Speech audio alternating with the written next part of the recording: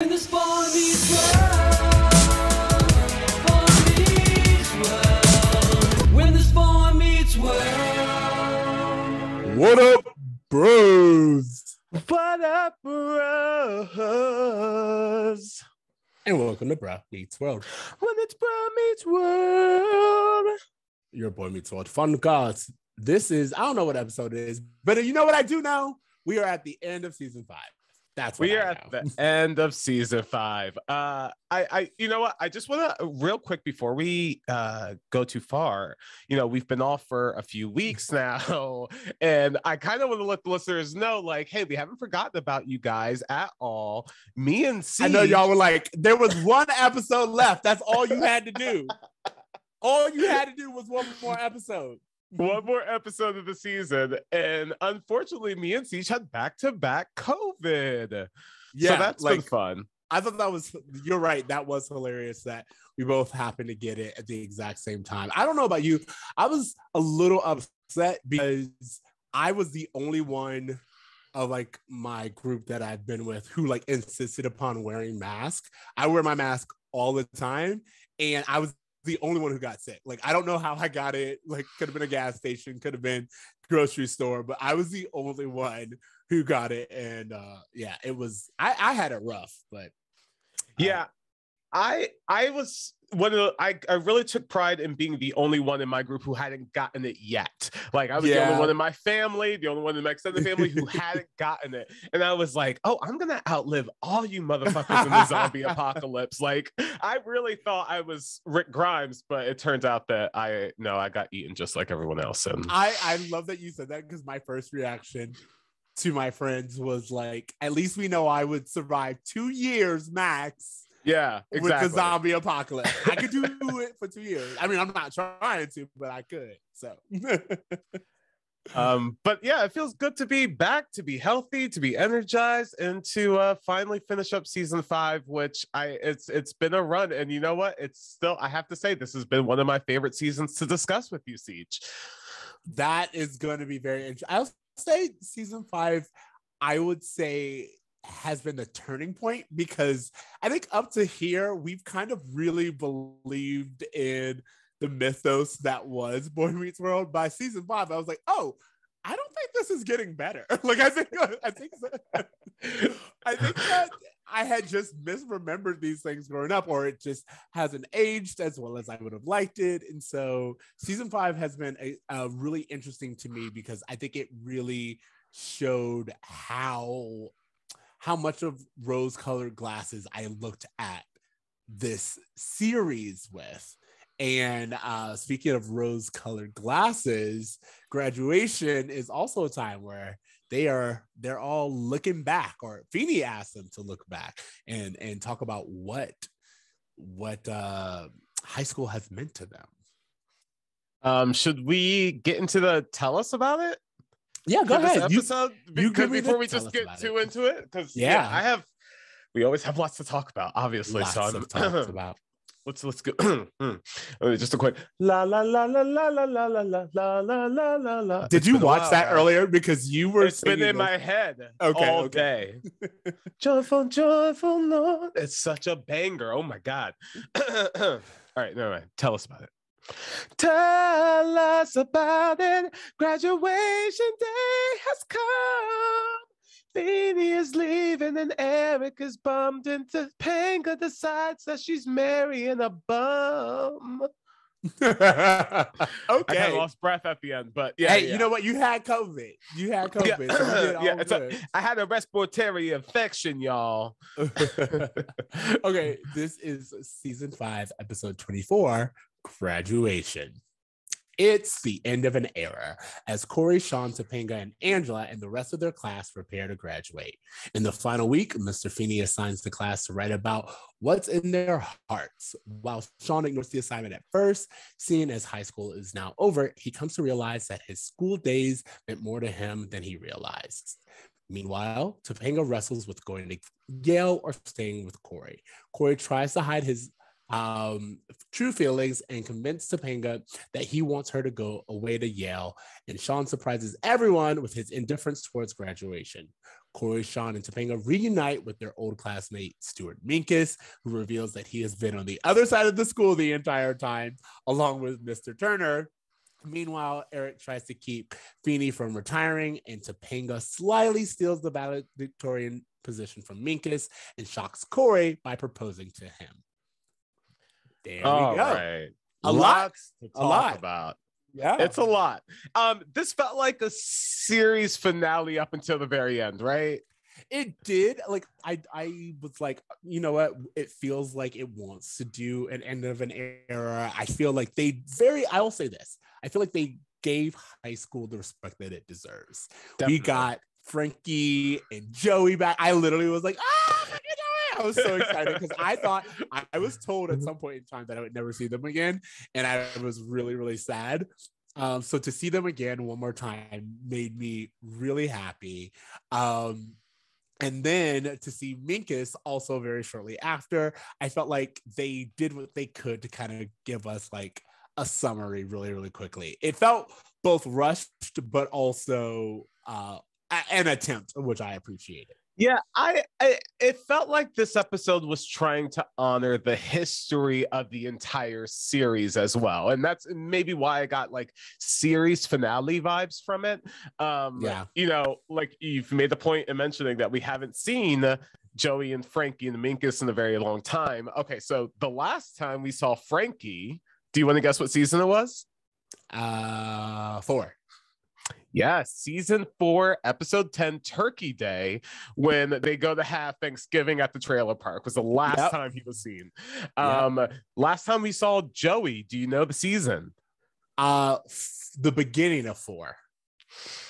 The beginning of 4. Actually, I have him as season 3, episode 11, City Slackers.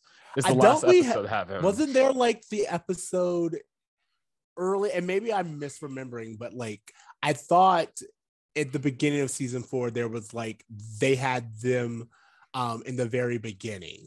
Like I thought, like I just kind of remember a scene in the hallway, but maybe it was just Frankie and they alluded to, I mean, it was just, yeah, because at one point Frankie says Joey got sent away to like reform school or something. Okay, so maybe that was what I was thinking of. I was thinking of that moment. And then we haven't seen Minkus since season 1. Season 1, episode 22, I Dream of Feeney. When Feeney goes to the hospital and Cory thinks it's because he wished it because he didn't want to take a test, which seems like forever ago. Little chicken Cory, like little 12-year-old 11 Cory. It seems like so long ago. So yeah, I liked seeing everyone again. I really like what we did with Minkus. I liked the little running joke of like on that side of the school. Okay, hold on. We have to talk about this for a second because Cory is okay. Just to set the scene here, the kids got their yearbooks and they're so excited. They're excited to have, you know, Frankie and Joey sign them. They're excited to have Minkus sign them. They're excited to reconnect with old people. At one point, Minkus points off screen to the other side of the school where they say people go there and don't come back, to Mr. Turner. At no point does Cory or Shawn go, "Oh, Mr. Turner, let me have you sign my yearbook." None of that. You know why? Because I think it's a different Mr. Turner. Because as we know, Mr. Turner tragically died in his motorcycle accident at the end of season 4. We all know this. So this is a different Mr. Turner, clearly. I would say that I would have loved it if we would have gotten like maybe a few more call outs. Like it not just Mr. Turner, which was great. It was a great little like one-off for them to do, but like we could have like they could have said something about Brittany Murphy's character. Or like why, if we're gonna do it, why not mention all of the ones who we know we're not gonna see anymore? You know, like get them all back. That would have been really like you don't even have to get them all back, but just talk. Like if we're gonna talk about it, just be like, "Oh, Mr. Turner and I can't even remember her name right now. Wait up, you know, like that's what my point is. Like maybe have Joey and Frankie get a call from Harley, getting congratulations on graduating, something like that. You know, just to really bring it in. Really fun. You know, like not even Mr. Turner. Like what's Eli? If they would have said both, you know that would have been great. This would have been really nice. I have a few feelings about this episode. Because I think that it does a lot right, but it also a lot. I'm like, what is the lesson here? What are we trying to say? You know what I mean? Like, there's like even the moment, for example, where the kids are all talking about Feeney and they're like, hey, this is our last class. And they're kind of having like this one-on-one, and Feeney's kind of dismissive. He's like, I'm not really into the emotions or whatever. Can't we just like end the class and like let it be? And it's like, I know that we will get a finale, so I'm not worried about it. But I will say Feeney is kind of dismissive of the class, being like, hey, we will miss you. Is there anything else you have left to teach us? You know, like, you know what I mean? It was very out of character. I have to say, I have a different interpretation of that. And my interpretation is that this is one of those things where Boy Meets World only has so many minutes to dedicate to an episode that's already packed. And what they're trying to do is show an evolution of Feeney trying to say, hey, guys, I'm not going to make it sappy, to him later having this interaction with Topanga and Shawn and Cory, where he like finally admits that you guys have actually meant a great deal to him. That's what I think, like they the were finale. Do. No, I mean in this episode where he's like, you know, when does he do that? He's like, the kids are, he's explaining to them that he's retiring, and they're like, you know, didn't you always complain about us? And he's like, no, you guys have actually been the ones that have meant so much to me. And I don't know, I thought that was a sentimental moment between the two of them. Again, well, that's what I'm trying to say. It doesn't even seem like we can remember exactly what we're talking about, which is part of the problem. If there's not one that we can both agree on, there was a scene that really talked about Feeney and like what high school meant to him by being able to teach these kids. I mean, like, he does have that moment where he goes, I'm retiring because of you, but because I don't see it getting much better than this. Like that, again, great sentimental moment. I'm just saying that in the classroom, when the kids ask for it, he's pretty much kind of dismissive, and the emotions are just kind of lacking for me a little bit. Additionally, why don't we see Minkus in the class? Or, you know, like there's just, they make such a big deal about Minkus being there, but then also they don't. But then also during the graduation, like walk time, when they're calling everyone's name, Minkus gets like this huge, big hug from Cory and Shawn and Topanga. And Angela's like right after, and they, oh, yo, hey, how you doing? Like I was like, no one even got out. Like, Angela may not have been in this episode and it wouldn't have made a difference, and that makes me upset. Like, this is what I'm saying. Like, there are like little things where I had a problem with it, because I was like, what are we doing? What, like, I know that there's more after this, but you guys both treat it like this is the finale, and like, I don't know, we'll see people again, it'll be fine. Yeah, you know what? As I was watching this, I kept thinking like, oh, it feels like they were trying to do a finale, and then they got the hey, you're gonna get another season, and just left it on the cliffhanger, or something like that. And it just, you're right, it doesn't feel like it really satisfies the, hey, we're closing the high school chapter, as well as a bridge to another season where we're gonna have more questions answered. And you want to know why that is? It's because you were like timing or whatever. We dedicate a full minute or two to Eric singing and being a fool, and I was like, don't tell me that we don't have time, and then have this whole long extended sequence of Eric just being a goofball that was not needed. All right, can we wait on Eric? Can we... like, it's so hard to focus on like on this movie, this episode, because there's just so much that goes on in it. I wanted to quickly talk about that scene that you were talking about with Feeney when he's in the classroom with the kids, because in that scene, he kind of serves as a prop for Shawn to remind him about this assignment that they keep coming back to with Shawn, which again feels like kind of like a made up conflict, right? Yes. Like, well, Shawn doesn't want to do homework, and Feeney keeps pressing him about this made up homework assignment. It pays off with Shawn actually giving the final speech. which I will say, like the emotions of having like the switch and like having Topanga fight to be valedictorian, having Shawn actually come in and turns out he's giving the speech and not her, which by the way, again, an affront to Minkus, justice for Minkus if you want to do this. How are you gonna well, because again, how are you gonna like show Minkus talk about how do you know you're going to be valedictorian? How do you know you're going to give the speech? Topanga makes a really big deal about it. And then at the end, she goes, I don't even need to do this. I'm going to give it to somebody else. And it's just like, that's really much an affront to Minkus. But Team Minkus, 100%. I feel like it was a good emotional switch to kind of like have Feeny constantly be like, are you going to do the project? Have Shawn constantly be like, no, not really. And then at the very end, have Shawn give his speech. But also, I have a problem with Shawn's speech. So, okay, I have two things to say about this now that we're just talking about the Shawn's assignment and now that we're on it. I thought, okay, yeah, this is cool. Shawn's going to give this speech. I don't know. Cory says something to the effect of, oh, Shawn's speaking in public. This may never happen as long as we live, which, as someone who's watched the show, I've seen this motherfucker speak in public a number of times. Like, he's suave as hell. They're doing this thing with Shawn where they're just trying to make him more like writer strong than he was like the Shawn Hunter that was kind of more extroverted in the beginning seasons. But yeah, so I was like, okay, this doesn't seem like an odd thing. We saw this dude like run for president, remember?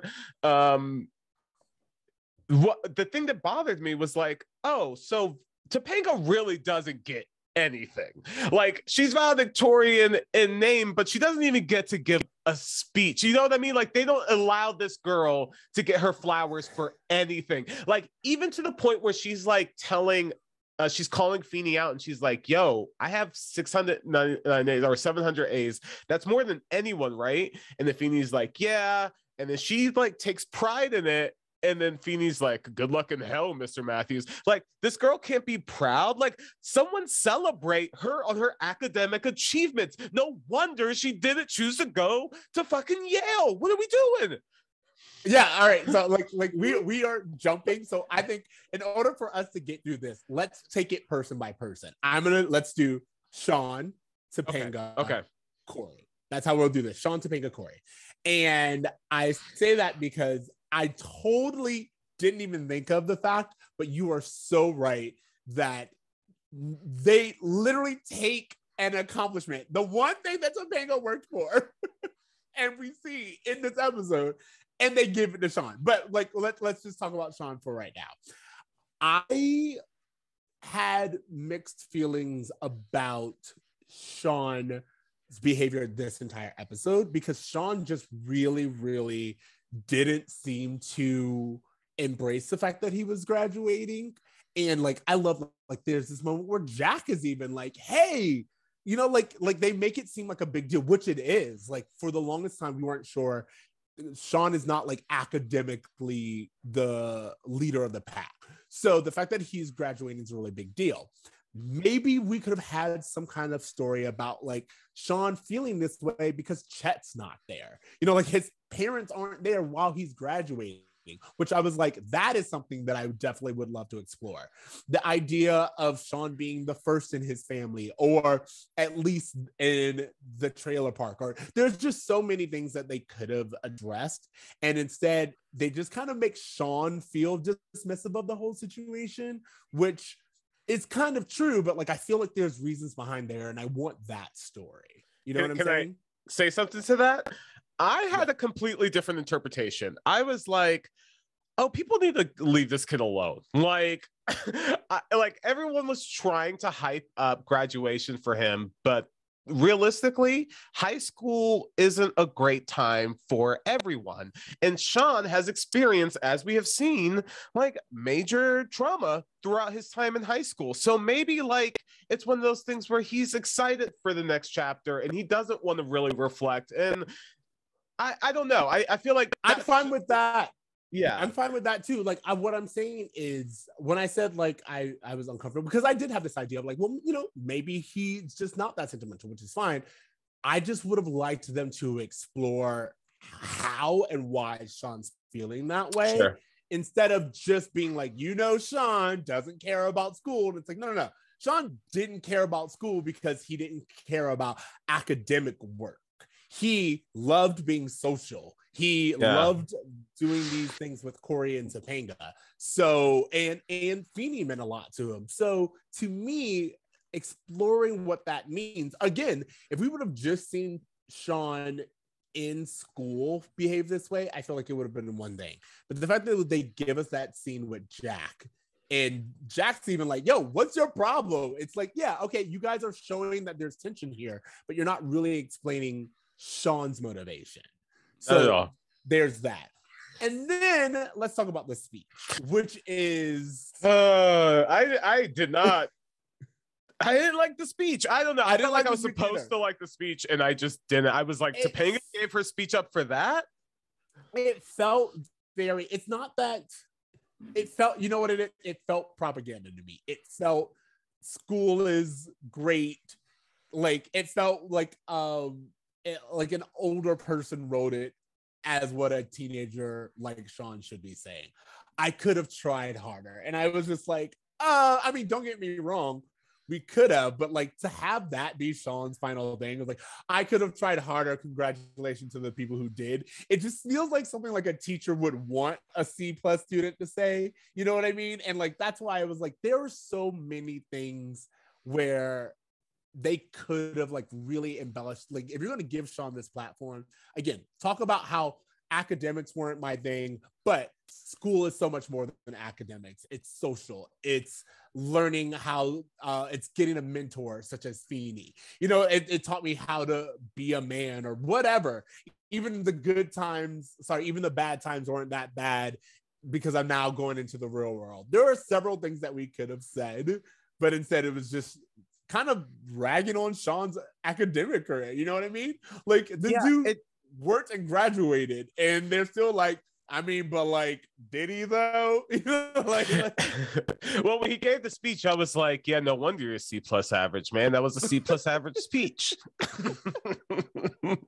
No, okay. So when he gave the speech, the whole like, I could have done better thing, it just felt like you said, like if you're going to give him the platform to celebrate his achievement, let him celebrate it. Let him say like, hey, I've been through hell and back. There was times where I didn't think I was going to graduate. And like with the help of my friends, with the help of my teachers, like let his speech celebrate the show. Let his speech be a reflection of the series as well. So as he's reflecting, we, the audience, can reflect back with him. Like, let us do that. And what it did was it just reminded us that, hey, I'm a kid who never really reached my full potential, and what was me? And like, why is this your speech right now? Like, why did Topanga give up her speech for that? Why have Shawn kind of like admit that in a way so publicly? And again, it's not like there's so many things that I feel like his family's not there in this moment. Like, so is he just saying this to Feeny? And if so, it's like, could that not be held for Feeny's retirement? I don't know. It's just like, it felt really weird. And it felt weird to have him say it on a platform. And to me, it just felt very much like school is right and what everyone should be doing. And if you're not giving it your all, you're wasting time. You know, like that's kind of like how I felt. It felt very like judgmental of Shawn. And as someone who cares about the character and understands that there's so much more going on than academics, it felt like it shortchanged him a little bit. You know, we're getting all of this like, hey, Mr. Turner bullshit. Like, how come this kid can't talk to Chet? How come no one's mentioned Chet? How come it's not like Shawn used to talk to his dad on the phone all the time in like season 3 when he was living with Turner? Like, why can't this kid talk about his dad? Like, why isn't Chet there? Yeah, this is what I'm saying. That's how I felt about Shawn's storyline in this particular episode. So I will say, like, before I transition over to Topanga, Shawn also seems to have like a over it mentality to the class ring and the yearbook. And I just wanted to know, how do you feel about all that? Because I did. Here's the thing. I will say, watching Shawn be like, "Look, it's fine." I was like, in all honesty, I kind of get it. Yeah. Okay, so I was gonna ask you the same thing because I was guilty of buying a class ring. Have one? Yep. I can't even tell you where mine is, and I know where it is. I have to say, don't give a shit about it. Like, what a waste. Like, I should have just listened to my mom when she said, "You're not gonna give a shit about this thing in 10 years." She's right. I don't. Also, I will say that it was of a different era, and I feel that both class rings and Letterman jackets and all this stuff, they were like of a generation before us, where those things all were like really like totems of quote unquote the best times of your life. But they didn't know that we would have Facebook and we would literally be able to keep in touch with each other's or have podcasts with our high school. Yeah, exactly. They didn't see that coming. So I understand why it was important. I just don't think that they stood the test of time. And I will also say that, yeah, I'm guilty. I have a class ring. I know where it is, but I don't think I've personally touched it in like or my the yearbook last for that matter. Yeah. Oh, my yearbook I look at all the time, but because I'm trying to like remember people and talk shit. But like, oh my gosh, dude. Yeah, I have no idea where my class ring is. I was gonna ask you, do you think class rings meant more when high school was kind of like it? Like when you weren't going to go to college, like the idea of like a class ring kind of being like the end of your formative education probably carried a little bit more weight in times before like college was regular. Well, then that, and then also I think people forget that class rings also used to be like something that you gave your sweetheart. Like it was something that like a class ring used to be something in the culture as well. So it was like something that it was a totem that you handed off and it was inherited and it meant something. Like me and my sister, we've spent time trying to like recreate my mother's class ring because of her time. It meant something for us. Now, again, we have Facebook, we have all of these other things. And if you want to keep in contact with those friends, you can. If you want to visit that school again, you can. But for a large part of history before the internet, high school was it. Like you would never see these people again, you know? I wonder if these students who have been going through the last few years of like pandemic schooling, if they give a shit about a class ring, like if they have any attachment to their school as their alma mater when they've basically been at home staring at a computer. It'd be interesting to find out.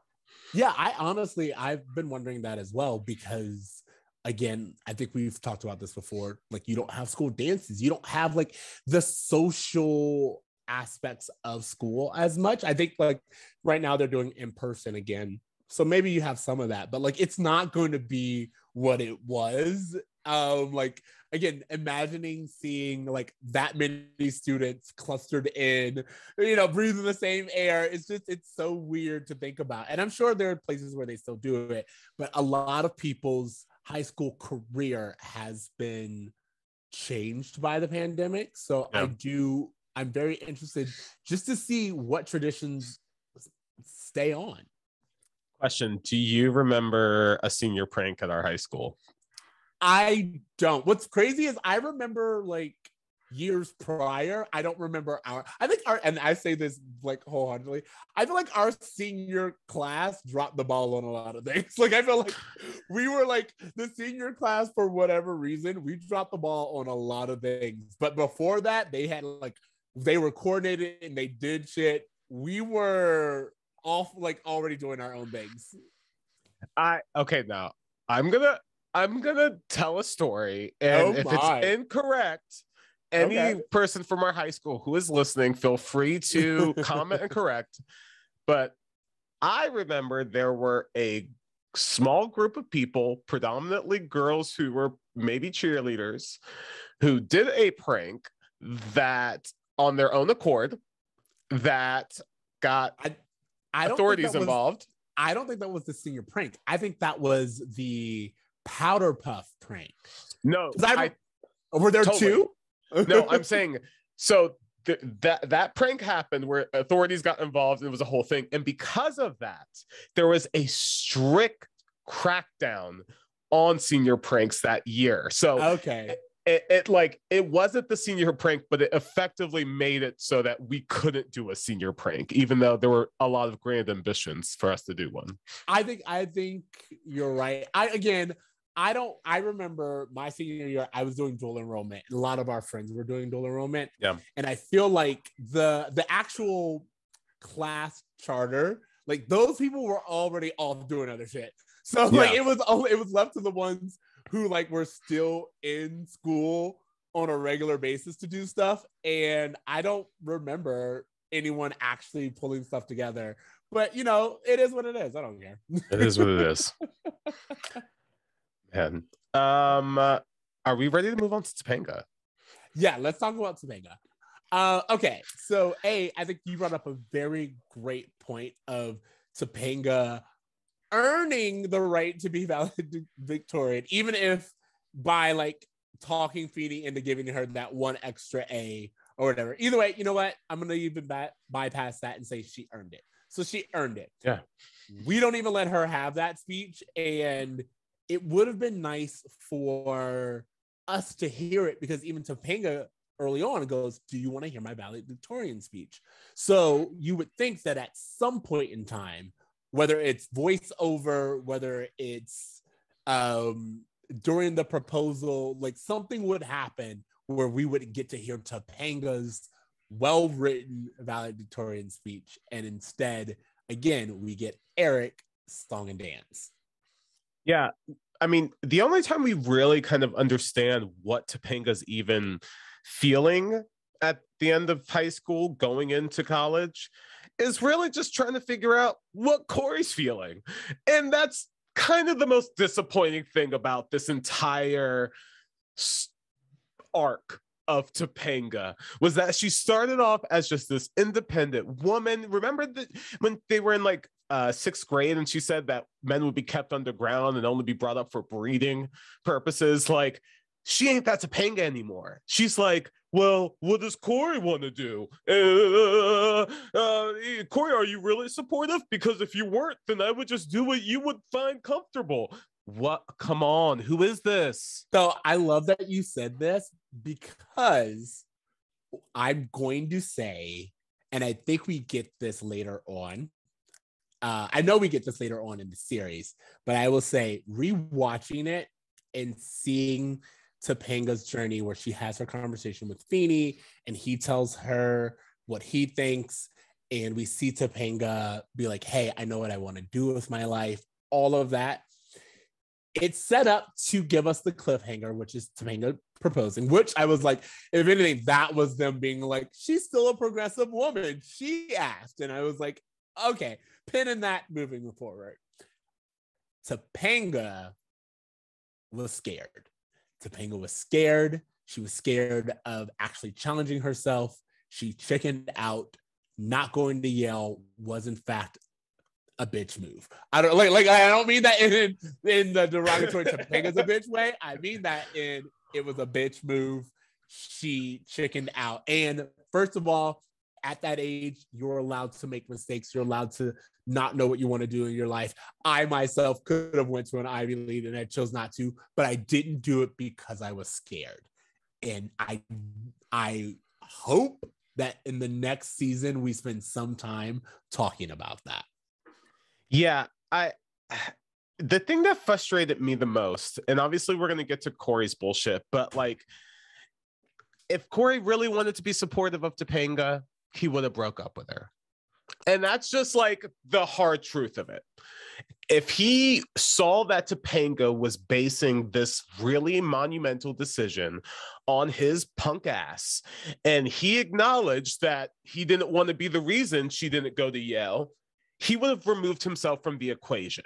He would have challenged Topanga to say like, hey, I feel like you're checking in with me to see if whether or not I'm supportive or not, and it shouldn't matter. Like, I want you to make this decision as if we're not together, like you did when you decided to apply to this school. Like, you can, it's that goldfish thing of just like, are you going to stay in the small tank, or are you going to move to a bigger tank? Like, no one is challenging her at all, not even Feeney. He's just like, well, unless you have a good reason not to. And maybe he doesn't know what's floating on in her head, but Feeney, you have to know that Topanga, who's been with this kid forever, chose him over her parents, is wondering if she needs to give that codependency up. And he's not really challenging her on it at all. And that was incredibly disappointing to me. I don't think that that's fair to put on Feeney. And I say this because with someone as intelligent as Topanga, you think that she's looking for reasons not to go. And I do think that, again, at some point in time, Feeney says she's scared, she's choosing not to, which is fine. But in the moment, he thinks that she's scared to go to Yale. She's scared to go to Yale. I don't think he's like, she's going to ask Cory to marry her. You know what I mean? Like, He's not looking at it this way. And so I think that if we want to give Topanga autonomy, I will give her autonomy and say that she made that decision. It was a bad decision and she has the right to make that bad decision.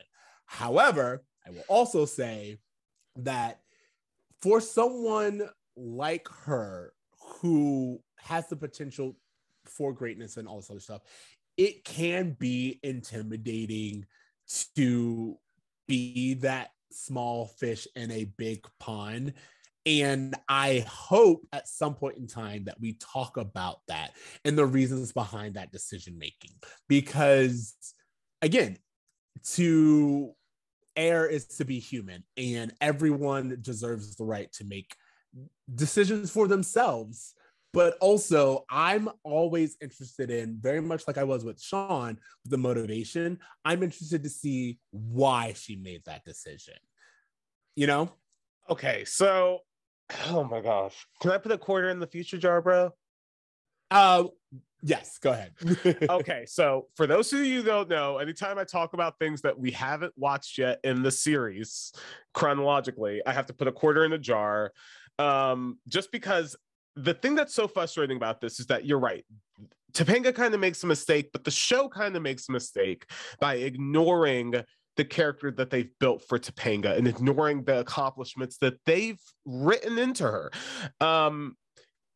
Even going forward, when the show tries to re-examine this issue, all the way up until Girl Meets World, it really doesn't ever get any better for this woman. And that's the thing. That's really like, even the show doesn't learn its lesson in the sense of, hey, this woman was a valedictorian. She got more A's than anyone in the history of her high school. And she's running a cafe? Guys. Yeah. Sorry. I'm sorry to flash forward like that, but like, that's the thing that's really the most frustrating thing about this, is that I can't even give the show the benefit of the doubt of like, oh yeah, maybe they're realizing that Topanga chose a guy over college and that isn't smart, but they continue to allow her to choose that guy over her own ambition every single chance she gets. Well, I will say this, like, it's in terms of like, this goes back to the school thing for me. For some people, even when you're intelligent, it's like your intelligence doesn't have to just be productive. Like, you don't have to be the greatest lawyer anyone's ever heard of in order to be a success. Like, I get that. And a huge part of the future storyline is, hey, I've been doing this so good for so long and I was really good and I'm not happy. And that's okay. It's okay to be unhappy. It's okay for Topanga to be like, it won't make me happy to go to Yale. What will make me happy is to be with you and to start our life. That's fine. But we all know that she didn't even try. It was more of a scared move. And Cory said yes because he too is scared. He's like, well, am I going to do better than Topanga? I've already tried several times and I just keep coming back. So instead, how about I go into college with a guarantee? And I don't have to worry about the relationship aspect of it at all. And again, I don't know. I will absolutely admit I'm talking about this blindly. I don't know what the first episode of season 6 looks like, but I do know that Topanga asked Cory because she was scared of moving on, and Cory said yes because he was scared. And I think that that's a way more interesting storyline to explore than what we got at this graduation. Agreed. It's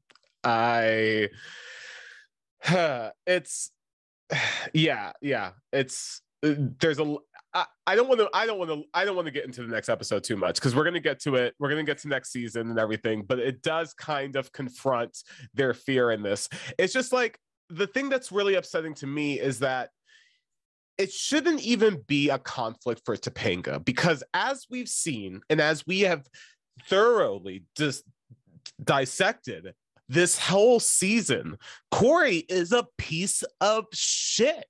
He is a bad boyfriend. It's not even like it's like, oh, do I choose the love of my life or do I choose an Ivy League? It's like, do I choose a guy who has cheated on me, lied to me, and then made me feel like shit when I told him I got into Yale? He made it all about himself. He didn't even applaud for me when I walked up to give my valedictorian speech because he's so damn petty. This is the guy I'm gonna rush into marrying out of fear? Someone stop this girl.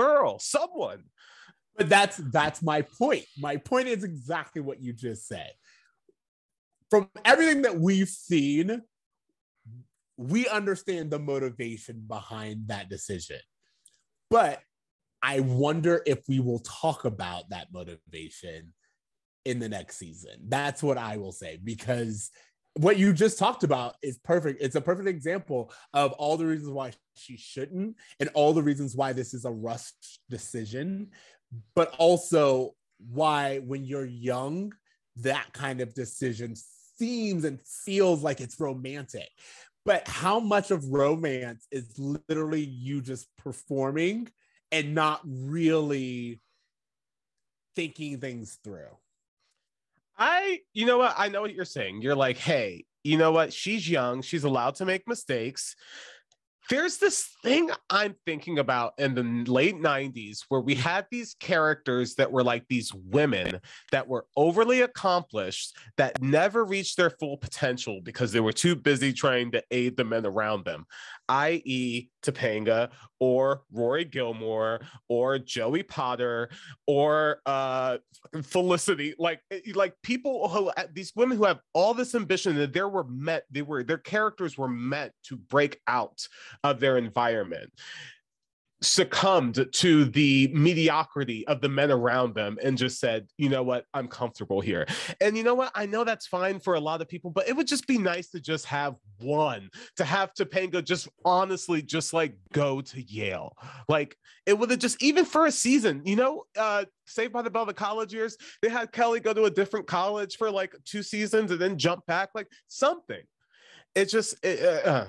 I get what you're saying, but I think that we're talking about two different things. You're talking about the genre, which I understand, and I'm talking about this particular show. Yeah. Because in the genre, you're right, it is a bit disappointing, but also, is it not, at least, especially if we're talking 90s, is it not par for the course?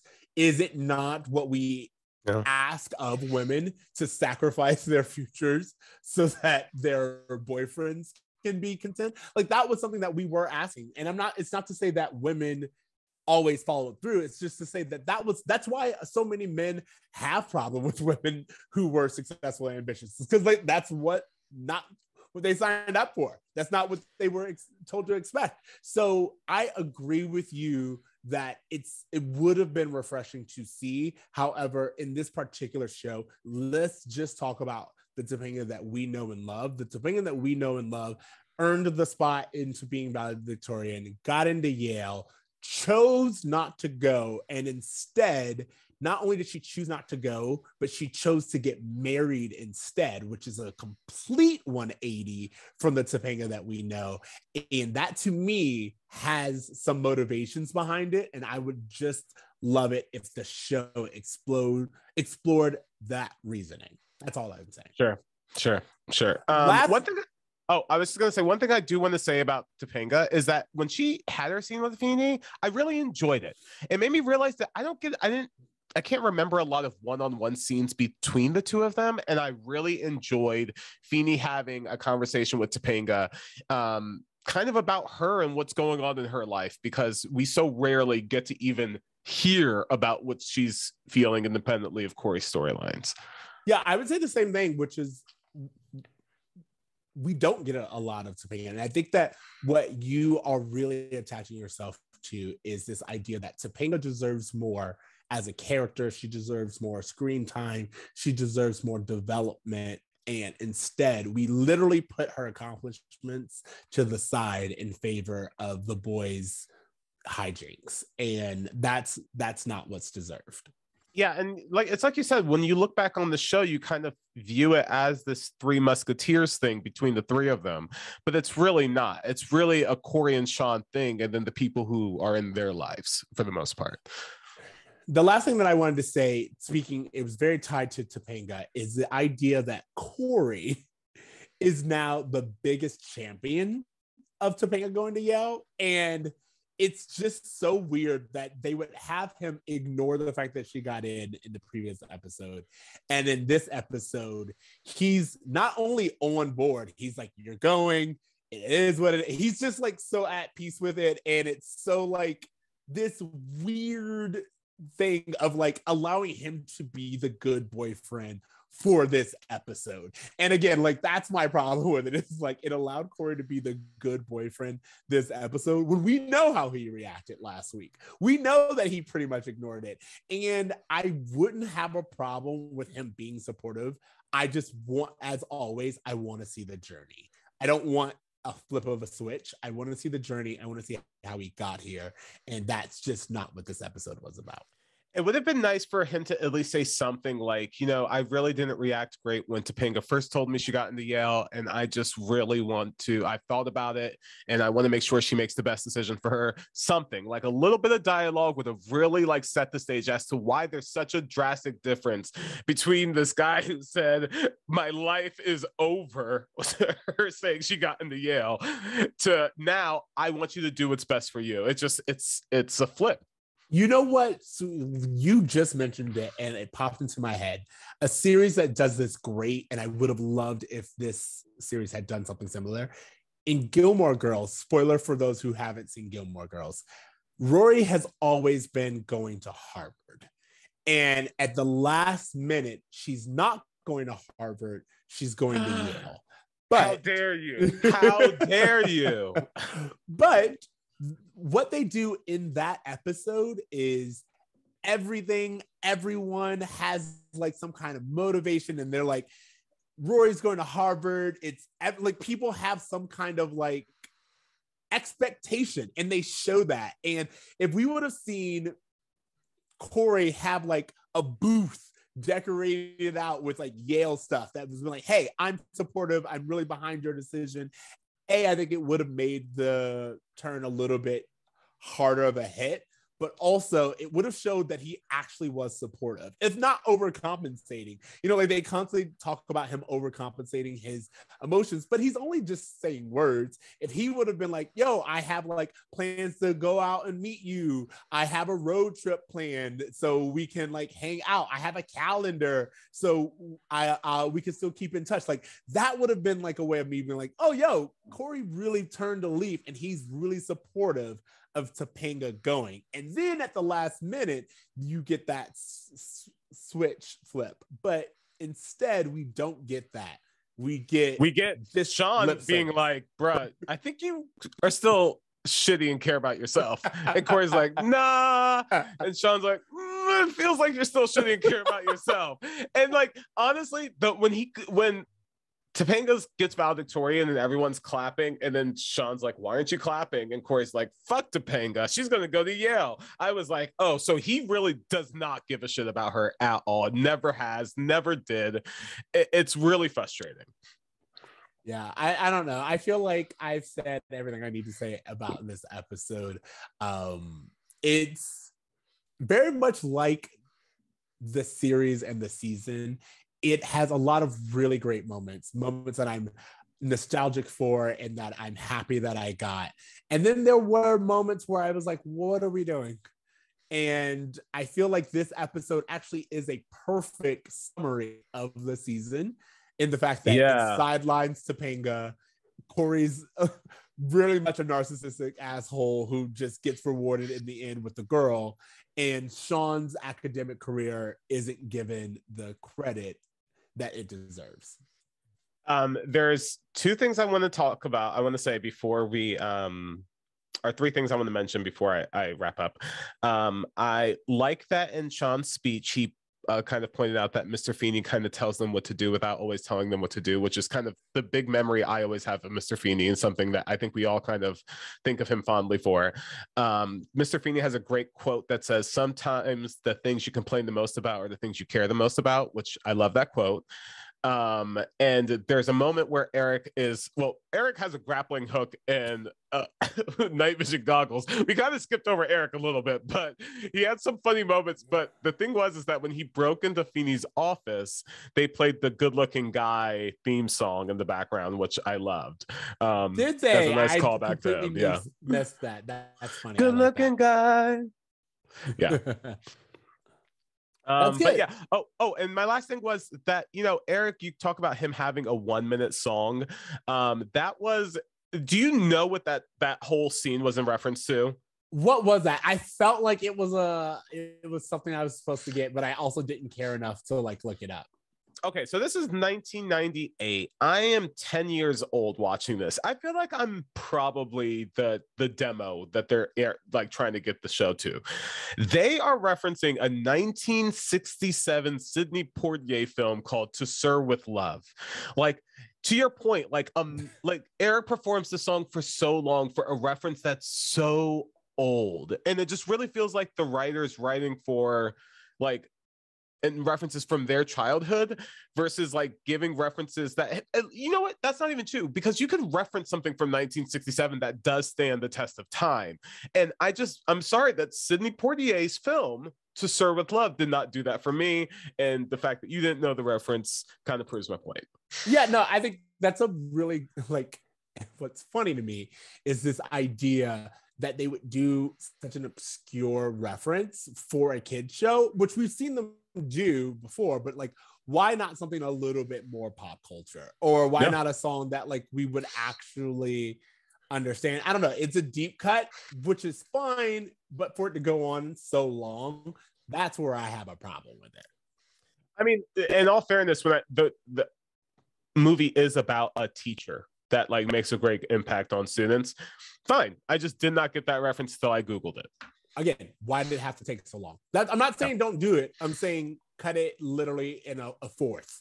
Because anyone who's going to get that reference will get it immediately, and we can just move on and give Topanga some of her time back, give Shawn some of his time back, give us as an audience some time with Minkus or Angela again, who is completely kind of sidelined in her own graduation.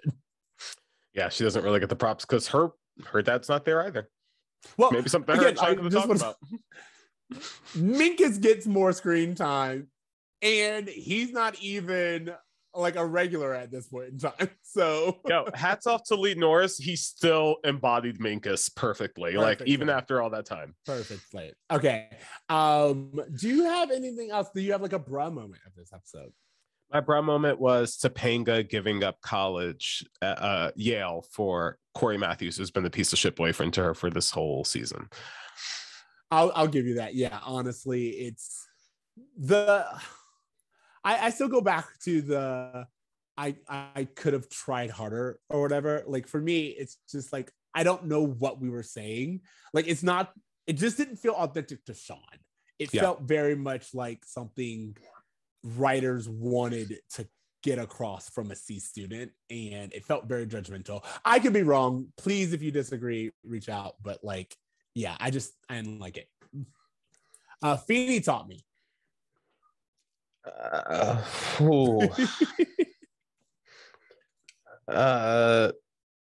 Stick to the status quo. Don't try to reach beyond what you feel comfortable with. Really limit your potential to the expectations of those around you. Not the greatest lesson. I would say I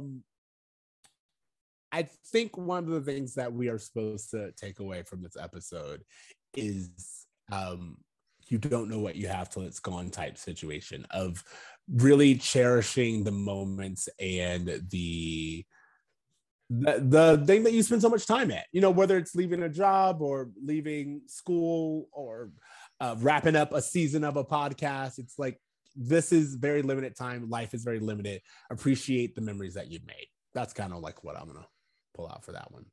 Yeah. I honestly, like, I know that there's supposed to be a better, sometimes the things you complain the most about are the things you care the most about. Yeah, again, that's it's kind of like what I meant. Yeah, same. Okay.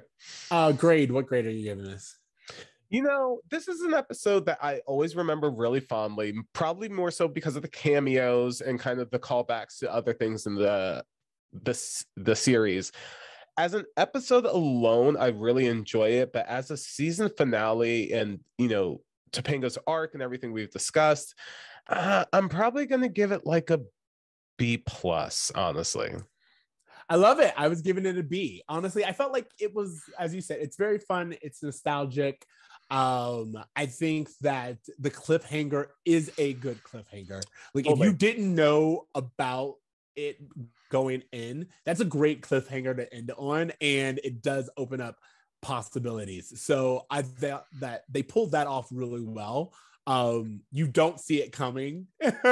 Yeah, because how could you? And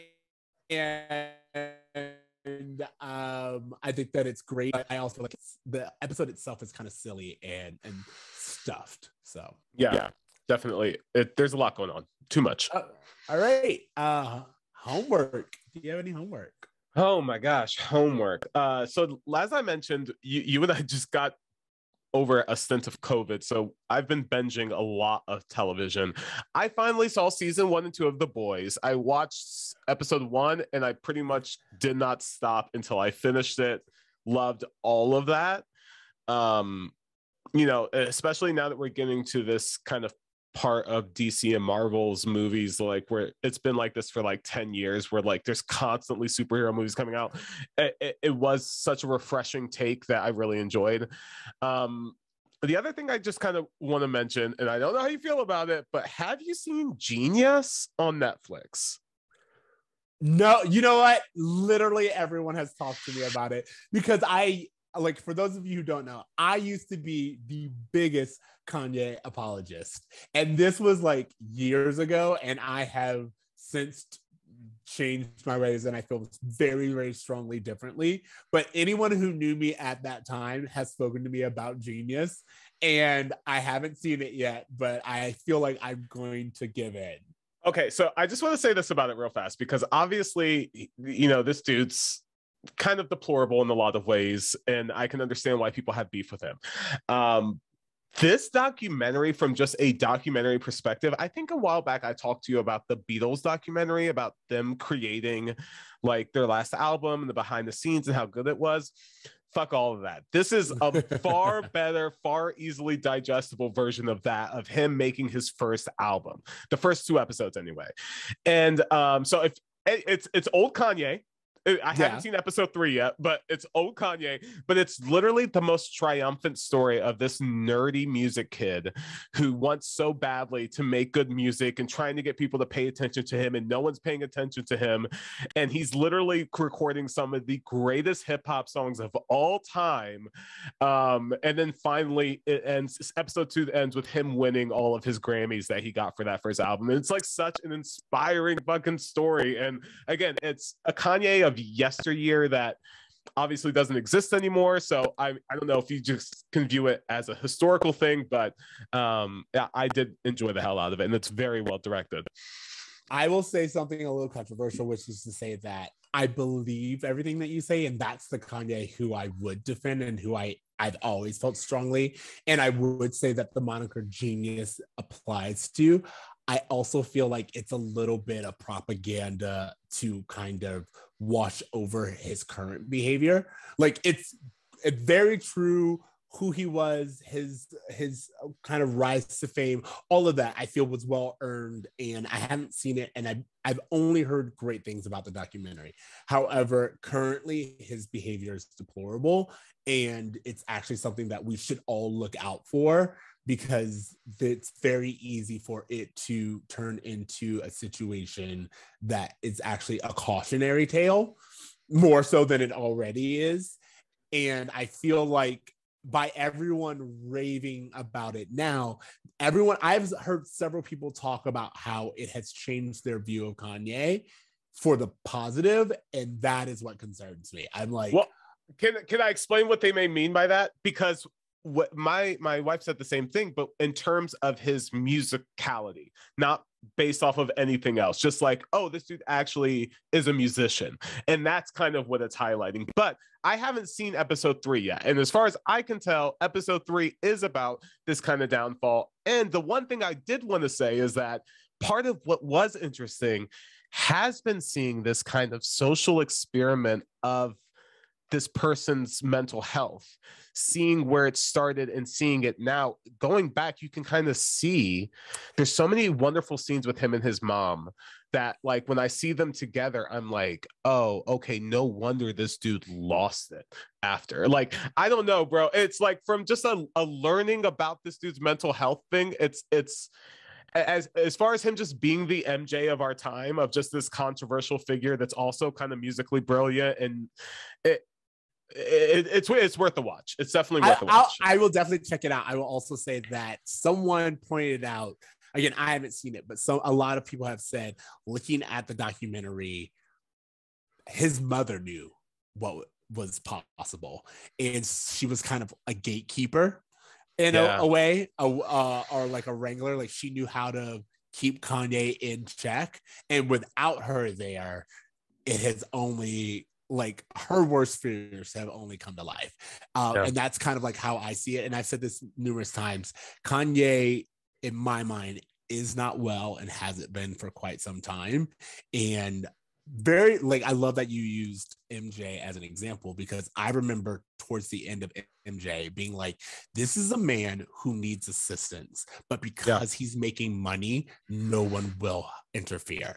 And that's, to me, like I'm getting emotional even talking about it. That's such a tragedy that we all see it and no one's willing to do anything, because doing so would mean money is lost, and they care a lot more about the money that he'll make even if he dies than they do about his life. And that, to me, is a really, really sad thing.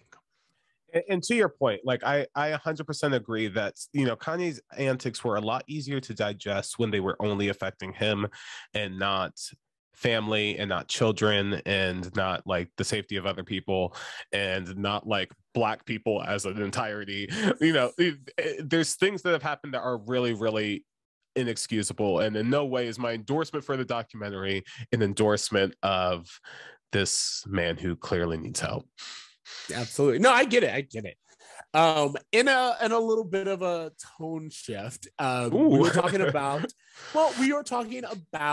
a series, kind of like a conclusion, at least for this chapter of school. And I spent my COVID literally binging the series Gravity Falls. I haven't seen it. I don't know if it's a cartoon. For those of you who don't know, it's noted to be like one of the better written cartoons of our time. 40 episodes. It's on Disney Plus, and I had always heard really good things about it. And it has like a mystery element. I love a good whodunit, and I will say that the series absolutely paid off. Like, it was something to where at first it was a little slow for me to get into. I was like, okay, it's kind of like a cartoon.